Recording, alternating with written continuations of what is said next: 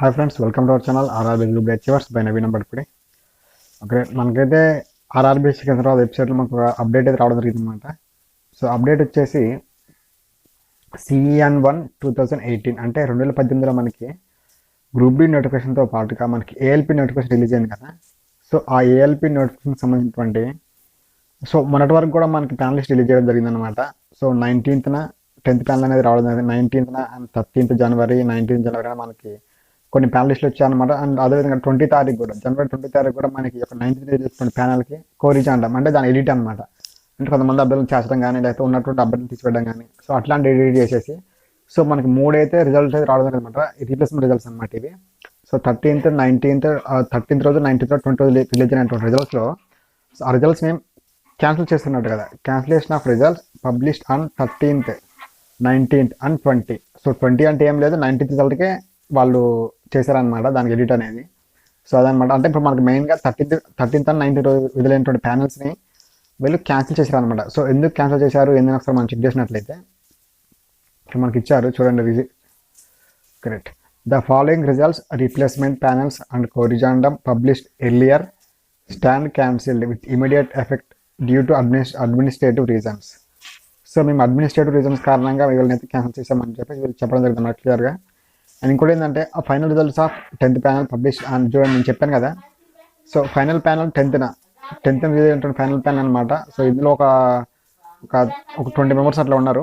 So ఇట్లా next final results of published on 13th and 19th వరకు ఉన్నటువంటి panels అనమాట. సో ఈ 3 ప్యానల్స్ కూడా నేను కింద డిస్క్రిప్షన్లో ఇస్తాను. సో ఎవరైతే క్యాండిడేట్లు ఈ ప్యానల్ సెలెక్ట్ అయినటువంటి వాళ్ళు ఉన్నారో సో వాళ్ళు మేబీ జాబ్ వస్తుందని అనుకోవచ్చు. బట్ వాళ్ళ జాబ్ అయితే ఎందుకంటే ప్యానలిస్ట్లో వస్తే మనకు మ్యాక్సిమం జాబ్ వచ్చినట్టే. బట్ కానీ ఇక్కడ వీళ్ళకి అడ్మినిస్ట్రేటివ్ రీజన్ ద్వారా మేము క్యాన్సిల్ చేసామని చెప్పేసి చెప్పడం జరిగింది అనమాట. సో అయితే మళ్ళీ కింద వీళ్ళకి నోటీస్ అయితే ఇచ్చారు చూడండి, వార్నింగ్ అని చెప్పేసి. సో నోట్ అని చెప్పేసి నోట్ ఏమో please visit the website of RRB Secunderabad for authentic information and regular updates. And ఇంకోటి ఏంటంటే వార్నింగ్ వచ్చేసి use of illegal methods for seeking employment is a criminal offence. అంటే ఇల్లీగల్ ద్వారా ఎవరైనా జాబ్ కోసం ట్రై చేస్తున్నట్లయితే and it will lead to permanent disqualification for government service and legal action. Okay, అంటే warning చూడండి ఇది ఇచ్చారు. సో దీన్ని బట్టి ఒకవేళ వాళ్ళు ఏమైనా ఇల్లీగల్గా ఏమన్నా అప్రోచ్ చేయారా ఏదైనటువంటి డౌట్ మనం కొంచెం పొందవచ్చు అనమాట ఇక్కడ. సో దానివల్లనే వీళ్ళు అడ్మినిస్ట్రేటివ్ రీజన్స్ అంటే మేబీ అయ్యే ఉంటాయి నాకు తెలిసి. సో అందుకనే ఎవరు కూడా మీరు ఎవరైనా ఇల్లీగల్గా జాబ్ ఇస్తాము అంటే మీరు ఎవరు కూడా అట్లా ట్రై చేయకండి మనీ కట్టేసి. ఓకేనా, రైట్. సో ఇదేనంటే కూడా ఇంపార్టెంట్ ఇన్ఫర్మేషన్ అనమాట ఈ వీడియోలో. So for more rail updates keep watching our channel. Thank you to all, thanks for watching.